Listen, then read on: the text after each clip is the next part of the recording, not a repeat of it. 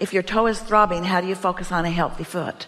Well, you've got to stand back and look at the bigger picture of it. And the bigger picture is what we emphatically described here today, is that this wave equals this wave, and that while that calibration is happening, so is this. And you just got to decide, do you believe more in the eternalness of yourselves or this specific moment in time? That's why we were nitpicking over the idea of grounded, because you're moving rapidly forward. Hard to not notice that. Hard to not see it and hear it and smell it and taste it and touch it, because that's what you do with your physical senses. So it requires activating something that means more. It means activating the point of conversation that you can have with your source energy. And that's a vibrational conversation that is demonstrated through emotions.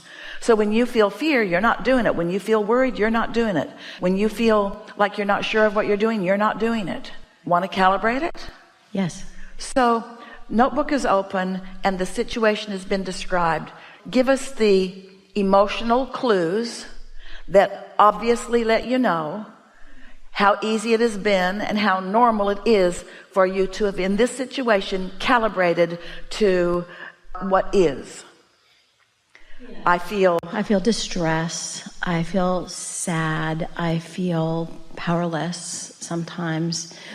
Sometimes hopeful. Not completely powerless, so I can work my way partly up the scale. We know you feel that, we know you feel that, we know you feel that, and we know you feel that, but all of that has led you to this. Right. And so let's calibrate this. When I focus on this situation, which I am describing here, I feel worried, and there's another vibration that has an emotional demonstration that we want you to find. I feel inadequate to fix this. Yeah, or I wonder if I'm adequate to fix this. Well, the wondering is enough resistance that you can give it the inadequate label. Okay, good. I got that. You're interesting to play with because you're connected to your inner being enough that these words that we're describing don't apply to who you usually are and what you really know. Just this situation. And this is a situation that you're calibrating. So it doesn't matter what you usually believe or what you've normally believed. The whole point of this exercise is to change this belief about this situation. You want to calibrate to who you really are because the situation has calibrated you. And this is something that really bothers powerful teachers. It's one of the things that really bothers you a lot. I should know better. I should know better than to let a situation calibrate me. Really? You're not going to allow yourself any more step one moments? You're not going to let this wave create this wave? You're not going to let something really big make something really big? Of course. The inadequacy, that just flies out the window with that sort of discussion, doesn't it? Right. This is going to sound a little off to all of you. It isn't off, and we're going to explain to you why it isn't off until you know it isn't off. Ready? This conversation is not about your nephew. It's about your calibrating to something you desire. Happens to regard your nephew. But this is about your calibrating to your strength.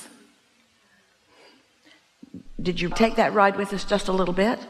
Because in human conversations, how could you be so selfish to be worrying about how you feel when your little nephew is suffering? You should be thinking always and only and completely about your nephew. And we say, you do that, you've got no power. You let what is dominate your thoughts, and you don't reach for the way your inner being is looking at this. We want you to know something. We're just going to say it straight out. If you knew right now your inner being and what your inner being thinks about most things, as a normal, physical, human being, you would criticize your inner being for not being sensitive enough. You would criticize your inner being for not being willing to be there for you. And you know what? You're right, because your inner being will not be there for you. Where is your inner being? There for you. And who put there? You did. You put there. You were the one who put there. So don't criticize your inner being for not going there with you. Your inner being is never going to go there with you. Your inner being stays over here. And so you had a there, which caused you to create a there. And the reason that you ever feel anything that is an emotion that is diminished in any way is because you're going over there and your inner being isn't over there. Your inner being's over there. It really is that simple. Your inner being's over there. Okay, I've got that. Yeah. So I need to get there with my inner being. That's a good pathway. So you know what these emotions are. So what do you really know? And you could write the book. In fact, you did. You could write the book about all of this too. You know what that stronger, overarching whole of who you are perspective is, but something's keeping you from being able to do it in this situation easily. What is it? Let's talk about this. Why is this harder for you than most? Say it. Well, I care more. I care more. It's yes. I care more because it's personal. My little guy. And isn't that what we've been saying always? Is that the things you care the most about are the things you think the most about, and the things you think the most about you've done the most damage to. Because you've been sloppy in your thinking. The things you think the most about are the things that you're most in trouble about, because you thought that worrying about them and stewing over them and pouting over them and getting other people to feel your pain, and we're not speaking specifically, you're getting the sense of what we're talking about. We're talking about humans in general. You've been calibrating to mob mentality. If I can get more people to agree with me that this is a problem, then we'll be more likely to find a solution. No, you'll just find a bigger problem. Right, and my brother and my sister-in-law don't really help because they're always like putting the problem in my face over and over and over again. And yeah, so. Well, every time they put the problem in your face, you are calibrating to a solution, even if you're not consciously aware that you are. I think that's true, yes. So we've got the book out and we know what we've already written on this side. So let's write on the other side. And a good thing, Esther writes it every time. What I dominantly feel about this, who I really am and what I really know is, she just tries to make that strong enough that that gets her attention so that she doesn't forget what she's doing in this moment with this side of the book. So then ask yourself, am I a focused being or a confused being? Focused. Does focus come easily to me, or is it hard? Super easy. Do I feel rooted in a broader understanding, or like I'm flailing about in unknown? Broader understanding. Do I have strong desire here or weak desire? Strong desire. Does my inner being support me in my desires, or am I out here on the bleeding edge by myself? My inner being supports me in my strong desires. Does my inner being know where these solutions are? My inner being knows where the solutions are. Is my inner being broadcasting those solutions? Yes, my inner being is broadcasting them. Do I ever receive impulse or inspiration, or is it just a crapshoot with me? Oh no, I received a huge impulse and inspiration that I've been following. So when you remind yourself who you really are, that the situation that you have easily been calibrating to takes on a different light. And for right now, in this moment, this is way more dominant than this. In fact, the goal in this exercise is to hook you up with who you really are. And have you heard us say that when you are in alignment with source, or in alignment with the stream, or in your vortex, we've used so many different examples to get your attention about the existence of that state of being. When you are tuned in, tapped in, turned on, you are more powerful than millions who are not. And so as you realize that in this simple exercise, you have just reconnected with that true power. And so now that is your point of attraction. That's your point of attraction. What do you think that that kind of point of attraction will do to these old beliefs? I think it's going to... Doesn't it have to move them? Yeah, it does. Doesn't it have to move them? You can look around the world, and it's easy to believe in illness because there's a lot of illness all around the world. It's easy to believe in illness. But when you hook up with your inner being, you don't believe in illness because your inner being is not focused on illness. So when you've calibrated to that, for that moment in time, you are illness-free.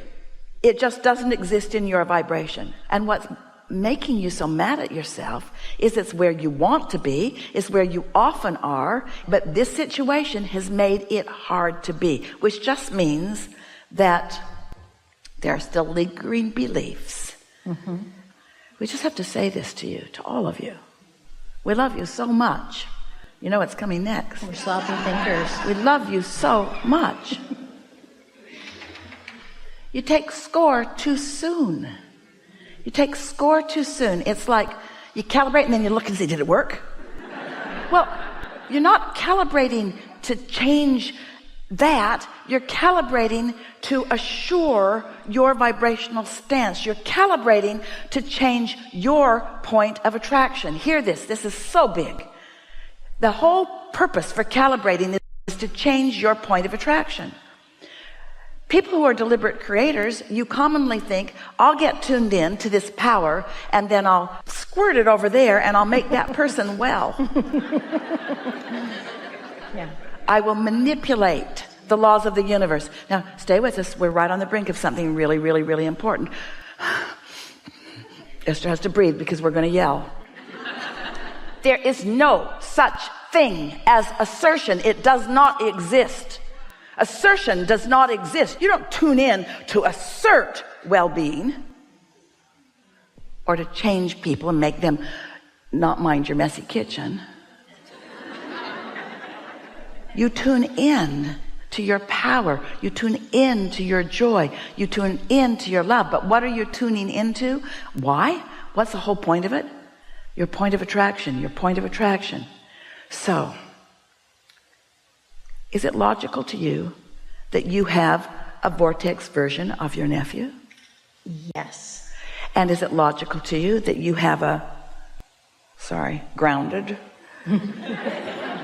version, a what is version? So the whole point of calibrating is to make it easier for you to move this way than to move that way.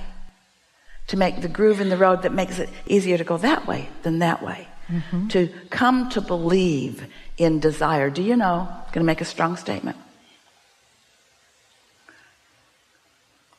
preceded by some silence so we have your attention.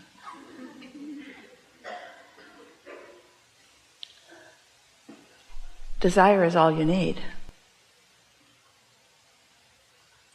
But you hardly ever let yourself have a desire without a belief that shoots it in the foot.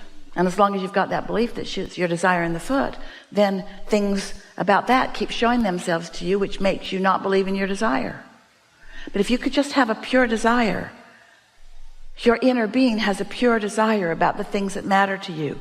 And you told your inner being every subtle little thing that you were contributing to it. So you've created this magnificent relationship with all kinds of things that you want.